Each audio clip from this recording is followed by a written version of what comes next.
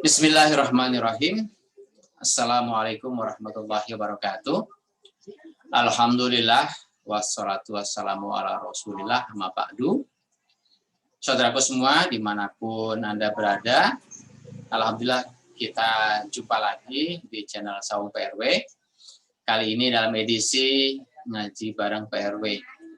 Saudaraku semua, kali ini saya ingin membahas soal kalimat ta'awuz yang biasa kita baca, a'udzubillahi minasyaitonirrajim.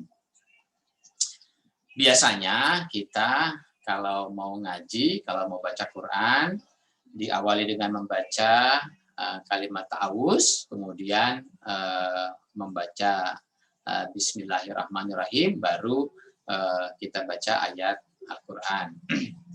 Nah, saudaraku semua, untuk istilah Bismillahirrahmanirrahim sudah kita bahas dalam konteks membahas surat Al-Fatihah di channel ini. Mungkin kalau buat Anda yang belum mendengar, silahkan cek di channel Saung PRW berkaitan dengan kajian surat Al-Fatihah. Kali ini kita ingin membahas tentang kalimat ta'awuz. Ada enggak dalilnya atau dasarnya ketika kita membaca kalimat ta'awuz sebelum membaca Al-Quran. Nah, saudaraku semua, saya ingin tunjukkan datanya di surat An-Nahl ya. Dalam surat An-Nahl, surat ke-16 ayat 98 disebutkan faiza qara'tal Qur'ana fasta'iz billahi minasyaitonir rajim. Kalau orang ahli bahasa ini menggambarkannya bahwa kalimat ini adalah kalimat syarat dan jawab syarat. Syaratnya apa? Syaratnya adalah faiza qara'tal Qur'ana. Jawab syaratnya adalah fasta'iz billahi minasyaitonir rajim. Artinya ada syarat dan ada jawab syarat. Syaratnya ini, jawabannya ini ya yang harus dilakukan. Nah, terjemahan yang umum saya dapatkan, Anda silakan juga bisa membaca terjemahan-terjemahan yang ada. Disebutkan bahwa maka apabila engkau dalam kurung Nabi Muhammad hendak membaca Al-Quran, mohonlah perlindungan kepada Allah dari setan yang terkutuk. Nah, pada ayat ini kalau kita teliti, itu ayat ini menggunakan fi'il madi ya. Fi'il madi itu kata kerja telah. Kemudian dalam terjemahannya justru menjadi fi'il mudhari'. Ada kata-kata hendak membaca. Jadi teksnya fi'il madi artinya telah membaca, sedangkan terjemahannya menjadi hendak membaca. Nah, sekarang bagaimana nih dengan terjemahan ini? Nah, sebelum kita melanjutkan, apakah itu nanti menjadi fi'il madi dan fi'il mudhari seterusnya, yang perlu kita pahami sebelumnya adalah bahwa qara'ta itu menggunakan domir anta. Anta artinya kamu. Waktu itu ketika ayat ini turun, berarti kamunya adalah Nabi Muhammad. Ya. Kalau sekarang berarti qara'ta, taknya adalah kamu, kamunya siapa? Ya kamunya adalah kita semua yang membaca Al-Quran. Nah, yang perlu kita pahami juga bahwa ketika ayat ini turun kepada Nabi Muhammad, jika kamu hendak membaca Al-Quran atau jika kamu telah membaca Al-Quran, maka tentu Al-Quran yang hendak dibaca atau yang telah dibaca pada saat itu adalah wahyu yang sudah diturunkan kepada Nabi Muhammad. Nah, istilah qara'a, fi'il madinya qara'a, fi'il mudhari'nya yaqra'u, nanti masdarnya qiraatan atau Qur'anan, kemudian fi'il amarnya yang kita sering dengar, iqra, gitu ya. Kemudian ada juga istilah ta'awuz, itu dari kata aza, ya'uzu, auzan, wa iyazan, atau wa ma'azan. Nah, ini kalau dari sisi bahasa ya, dari fi'il madhi, mudhari dan seterusnya. Nah, kemudian selanjutnya ini menjadi bacaan yang umum kita baca. A'udzubillahi minasyaitonirrajim. Nah, sekarang teks ini, bacaan ini apakah fasta'iz billah itu perintah untuk membaca ta'awuz atau ini untuk bersikap, ya? Atau ini a'udzu ini menjadi pernyataan sikap. Kalau kembali kepada ayat yang tadi ya, faiza qara'tal qur'ana fasta'iz billahi minasyaitonirrajim. Kalau sementara hendak diterjemahkan menjadi hendak membaca, jika kamu akan membaca, jika kamu mau membaca Al-Qur'an, maka kamu harus fasta'iz billahi minasyaitonirrajim. Artinya orang menerjemahkannya menjadi kalau mau baca Quran akhirnya baca ta'awuz, baca a'udzubillahi minasyaitonirrajim. Nah, sekarang bagaimana kalau ini dasarnya ini adalah konteksnya adalah fi'il madhi, tetap kita terjemahkan menjadi fi'il madhi. Lah, berarti baca ta'awuz itu setelah baca Quran dong, jadi kebalik, bukannya sebelum baca Quran tapi setelah baca Quran. Nah, ini saudara semua perlu kita pahami ya. Jangan sampai nanti gagal paham, ya, jangan sampai salah paham. Kita kembali kepada ayatnya. Faiza qara'tal Qur'ana fasta'iz billahi minasyaitonirrajim. Saya menerjemahkannya karena ini fi'il madhi, saya tetap menerjemahkannya fi'il madhi. Ya, kata kerja telah. Jadi jika kamu telah membaca Al-Qur'an, maka perhatikan ini ya. Jika kamu telah membaca Al-Qur'an, maka sekarang kalau kita ini sudah membaca Al-Qur'an, kita dapat apa? Tentu kalau kita sudah membaca Al-Qur'an, maka yang kita dapatkan adalah ilmu, yang kita dapatkan adalah pengetahuan, yang kita dapatkan adalah petunjuk dari Al-Qur'an, dari apa yang kita baca. Jadi untuk membacanya bukan sekedar membaca sambil lalu dalam arti hanya sekedar memunculkan huruf ya, hanya sekedar menyuarakan tulisan yang ada dalam Al-Qur'an. Tapi ya baik waktu itu Nabi Muhammad maupun sekarang antanya kepada kita semua sebagai pengikut Nabi Muhammad, maka jika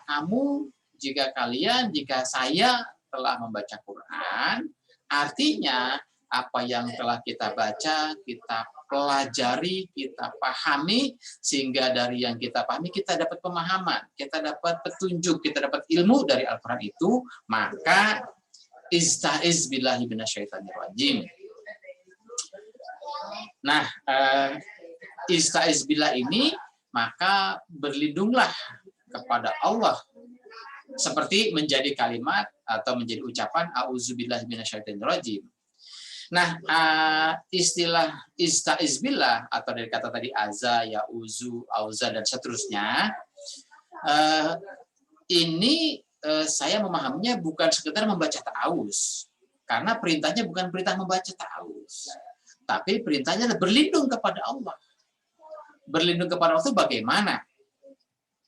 Kalau misalnya berlindung kepada Allah dari setan, dari godaan setan yang terkutuk.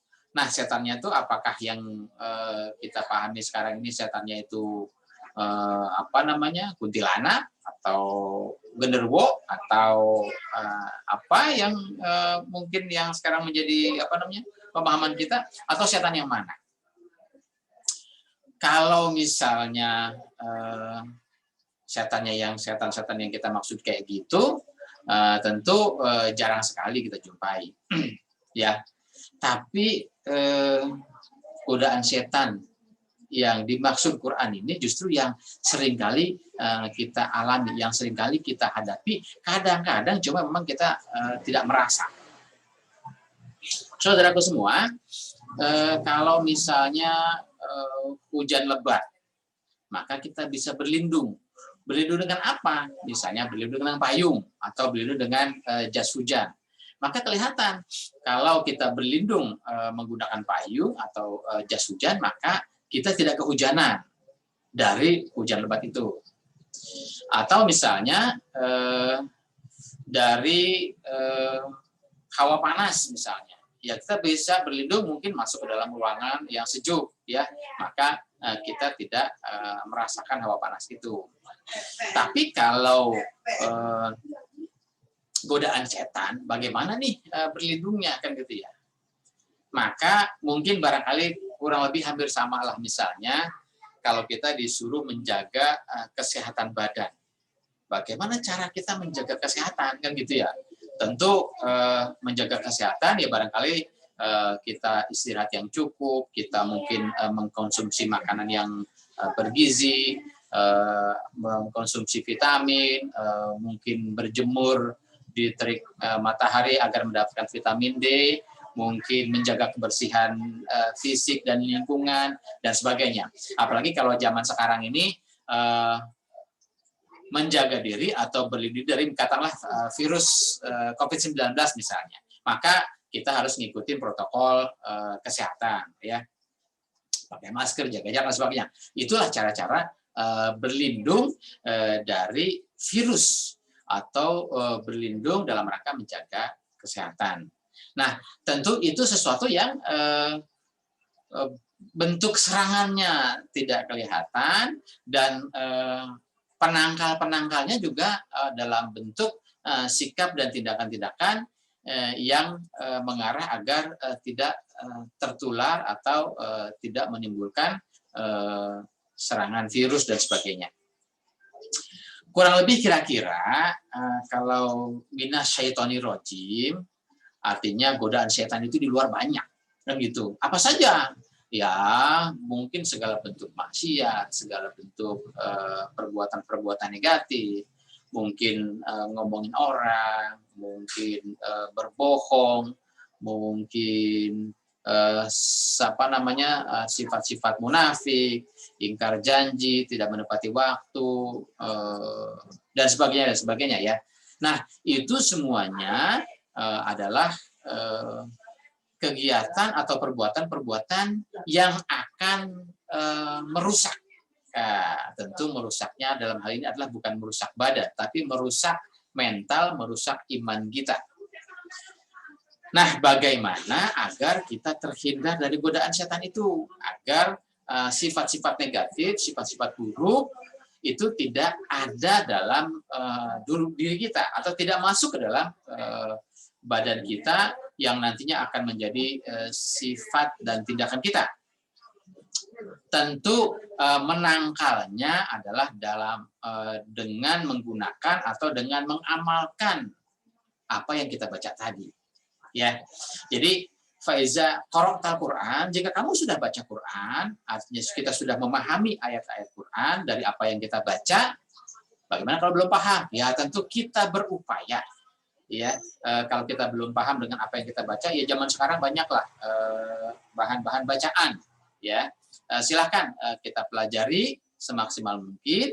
Setelah kita dapat pemahaman, kita dapat ilmu, kita dapat petunjuk hidayah dari Allah, maka petunjuk ilmu hidayah dari Allah itulah yang nanti akan membentengi kita, yang akan melindungi kita dari segala bentuk godaan setan itu. Gitu ya. Jadi ayat yang tertera dalam surat An-Nahl ayat 98 ini, saya memahaminya jika jika kita semua sudah membaca Quran menggunakan fi'il madhi qara'ta, maka dari apa yang sudah kamu pelajari, dari apa yang sudah kamu baca, dari apa yang sudah kamu dapatkan, sehingga bacaan itu, pelajaran itu ilmu itu, hidayah itu, petunjuk itu yang sudah kita dapatkan, maka itu nanti tertambat dalam qalbu kita, menjadi tambatan hati. Yang selanjutnya kita menilai segala sesuatu, tentu ukurannya adalah ukuran dari apa yang sudah kita pahami. Tentu berdasarkan apa yang kita baca, yaitu Al-Quran. Maka iman kita, keyakinan kita, kemudian tutur kata kita, penilaian kita sesuai dengan apa yang kita pahami, kita baca. Selanjutnya kita bersikap, kita bertindak. Ketika kita mengambil tindakan perilaku, maka perilakunya juga akan sesuai dengan apa yang ada dalam hati kita. Sehingga ketika yang masuk adalah ayat-ayat Al-Quran ke dalam qalbu kita, ke dalam alam pikiran kita, menjadi ucapan-ucapan kita, dan selanjutnya menjadi tindakan-tindakan kita. Maka ayat-ayat Quran itu, ilmu Allah itu, itulah nanti yang akan melindungi kita dari segala bentuk godaan setan. Mungkin ada orang yang mau ngasih duit, ya entah katakanlah misalnya duit sogokan, duit gratifikasi, duit korupsi dan sebagainya, karena kita hatinya sudah bersih, karena hatinya sudah dipenuhi dengan ayat-ayat Quran, pikirannya juga sudah mengikuti ayat-ayat Quran, ucapannya juga, tindak tanduknya juga, maka tentu kita akan menghindari diri dari katakanlah uang-uang haram itu. Atau misalnya ditawari makanan minuman haram. Tentu karena kita sudah melindungi diri dari ayat-ayat Allah, maka kita akan menjauhi dari makanan minuman yang haram.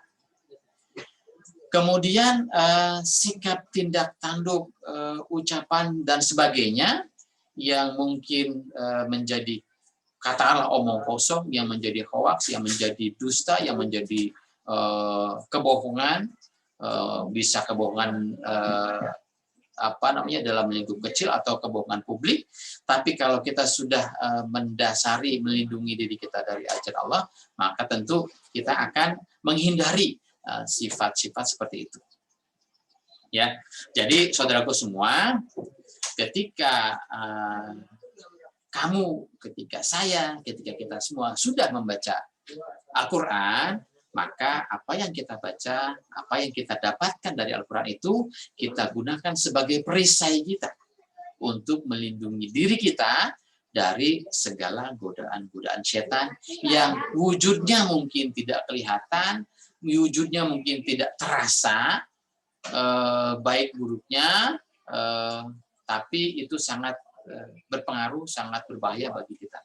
Maka ayat ini kalau kita terjemahkan menjadi fi'il madi yang memang sudah tertulis sebagai fi'il madi, tidak masalah, gitu ya. Artinya kalau memang kita mau baca Quran, kita awali dengan ta'awuz, kita awali dengan membaca a'udzubillahi minasyaitonirrajim. Tapi setelah kita membaca Quran, maka apa yang kita baca itu menjadi sikap kita berta'awuz, berlindung dengan ajaran Allah dari segala godaan setan yang terkutuk. Lalu kalau misalnya kita mau membaca Quran, kita membaca kalimat ta'awuz, lantas nanti jadi pengertiannya seperti apa? Tentu begini, kalau kita membaca Quran, maka biasanya dalam teori bahasa Indonesia itu saya yang membaca, kegiatannya adalah atau kerjanya adalah membaca, saya pelakunya, kegiatannya membaca, maka Al-Quran yang kita baca menjadi objeknya yang kita baca. Itu kalau kita membaca. Tapi ketika kita memahami Al-Quran, maka Al-Quran itu adalah Al-Quran imami. Al-Quran menjadi imam. Al-Quran menjadi menjadi petunjuk, menjadi contoh, menjadi tempat kita untuk mengikuti perilaku apa yang diperintahkan oleh Al-Quran. Jadi kaitannya dengan ketika kita membaca Al-Quran, maka sebelum kita membaca Al-Quran, kita menyatakan dulu nih sikap, a'udzubillahi minasyaitonirrajim. Ketika saya akan membaca Quran, maka saya menyatakan bahwa saya berlindung kepada Allah dengan ajaran Allah dari godaan setan yang terkutuk, agar saya ketika dalam memahami Al-Quran ini saya tidak tergoda oleh rayuan setan, agar tidak tergoda oleh emosi ego pribadi dalam menentukan makna Al-Quran. Tapi biarlah Al-Quran itu menjadi imam, biarlah Al-Quran itu menjadi teladan kita, biarlah Al-Quran itu yang akan nanti memberikan pemahaman kepada kita. Bukan kita yang menentukan pemahamannya, tapi Al-Quran yang menentukan pemahamannya. Nah, tentu pemahamannya dari kita belajar, ya, bukan mendasari pada ego kita masing-masing.